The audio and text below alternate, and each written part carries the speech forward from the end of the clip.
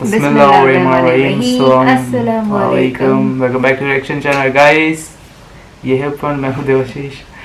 तो अगेन आज थोड़ा सीरियस टॉपिक लेके आए कि उस चीज़ पे कंट्रोवर्सी बहुत होती है कि क्यों ऐसा है. लोग बहुत सोचते रहते हैं कि ये चीज़ सही है गलत है. तो आज इस वीडियो के थ्रू शायद आंसर मिल जाएंगे.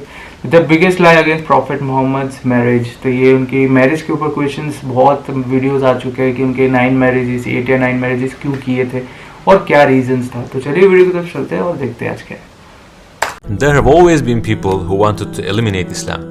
In the first years of the revelation, in the following centuries, just like today, we come across such Islamophobes in different places on the internet. They try very hard to find flaws in Islam and push Muslims away from their religion. There's a question they've been using and trying to bring forward on every occasion they can for many years. Inshallah, today we're going to answer that question very clearly. Until now, people of various religious beliefs have come to our madrasa. Atheists have come, Christians have come, even believers in the spaghetti religion have come. All kinds of people have come. They received the answers to their questions and left. We don't trust ourselves. We trust the wise Quran and the Islamic books we read. So what is the thing that hypocrites have been talking about for many years and today's Islamophobes also use a lot? Since our Prophet ﷺ married many times, they accuse him of being, ma'adallah, a lustful person. They say that if he hadn't been such a man, he wouldn't have got married so many times. They also say that if the maximum number of women a man can marry is 4 in Islam, then how did the Prophet have more than 4 wives at the same time? It may seem like a challenging question at first, but it is easy to understand that it's actually a slander. How? Simply by looking at the life of our Prophet ﷺ. If we only look at one part of his life, we may get the wrong idea. But if you look at it holistically, from different perspectives, the truth will come out. First, let's ask this question. When do boys enter puberty? Generally between the ages of 12 and 14, right? Of course, at that time and in that region, it was a little earlier. Biologically, libido, sexual desire, is high in men between the start of puberty and the age of 40. After 40, it decreases. When we look at the age when the Prophet ﷺ got married for the first time, we see that it was 25. A late age for marriage for those times and region. And at the age of 25, did our Prophet ﷺ marry a 16-year-old girl? How old was Khadija radiallahu anha, his first wife? 40 years old. And she was a widow. So he married someone who had been married before. Plus, she already had 3 children. Moreover, Khadija radiallahu anha proposed to the Prophet. He was known for his handsomeness and ethics. He was a chaste and honest person. No one heard him lie to anyone even once. Everyone trusted him so much that they gave him the nickname Al-Amin, that is, the trustworthy. Even his enemies did not hesitate to entrust their belongings to him. So it was very easy for him to marry any girl he wanted. But he married a middle-aged woman when he was at an age when a man's libido is at its peak. And he didn't marry anyone else until Khadija died at the age of 65, when the Prophet ﷺ was 49-50. So for 25 years, when his youth was at its peak, he was married to one woman. Though our mother Khadija radiallahu anha encouraged him to marry other women many times, saying, if you have such an intention, don't hold yourself back, he always said no. When she became an old woman and lost her beauty, the Prophet ﷺ didn't even think of looking around for other wives. After her passing, for 2 years, he stayed single. So which person in their right mind could think that such a person was lustful? If he hadn't been that way, wouldn't it already have been evident in his youth when libido is high in man? However, his life shows the opposite. The multiple marriages of the Prophet ﷺ that they mention took place after he was 50 years old. Then those marriages must have had different reasons and benefits. We are going to deal with them too, but when we look at his life, we clearly understand that nobody can find any excuse to slander him for being a lustful person. What are the reasons for those marriages? What is the wisdom behind them? Most of us like historical war movies, right? In those movies, we see the custom of marriages between tribes and kingdoms. For example, the daughter of the King of Scotland marries the King of England. There are many marriages like that, and there are really countless examples of it in history. So, what do you think is the purpose of it? Alliance. One of the important reasons is this. Our Prophet ﷺ married women from some tribes that were hostile to him. Do you know what happened after those marriages? If the leader of a society married his daughter off to the Prophet, would he want to make war with him? That is one of the wisdoms behind the marriages of our Prophet ﷺ. State relations, strategic relations. Our mother Juwayriyah radiallahu anha was an example of it. Also, even if there was no animosity, because there was a tribal culture at that time, generally different tribes did not interact with each other in a warm, nice way. They were protective, always on guard. And since our Prophet ﷺ's main mission was to deliver a message, it was very strategic and logical for him to reach people through marriage.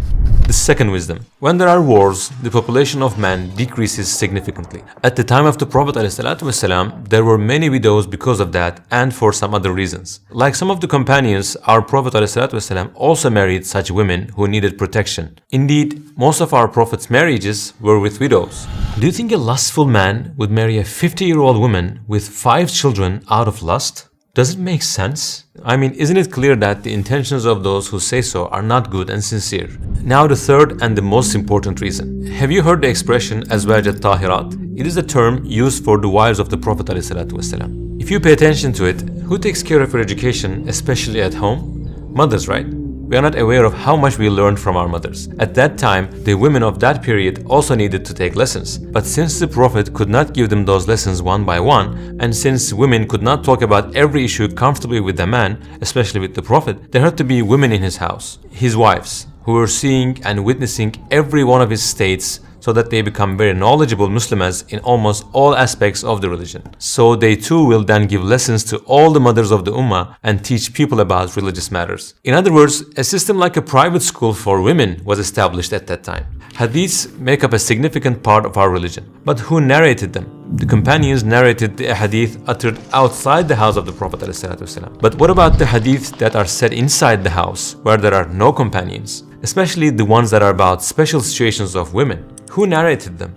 His wives. In order to fulfill such an essential duty, there had to be multiple wives who are different from one another in terms of character, personality, ability, areas of interest, and age. You might find it interesting, but almost half of the Islamic rulings and information came from the wives of our Prophet. Our mother Aisha reported more hadith than Umar and Abu Bakr radiallahu anhuma combined. In short, the reasons for our Prophet's multiple marriages are basically those 3 items. If you remember, there was this other question. How did our Prophet ﷺ have more than 4 wives at the same time, although the marriage of a man is limited to 4 women in Islam? Actually, the answer is again those 3 items. But we need to know this. The Prophet ﷺ had more responsibilities than any other Muslim. For example, you might be surprised, but tahajjud prayer was mandatory for him, which means he had to interrupt his sleep in the middle of the night, even before the Fajr prayer, and pray tahajjud. While it is optional for us, it was mandatory for him. Similarly, in order to fulfill those 3 tasks that we mentioned, especially the third one,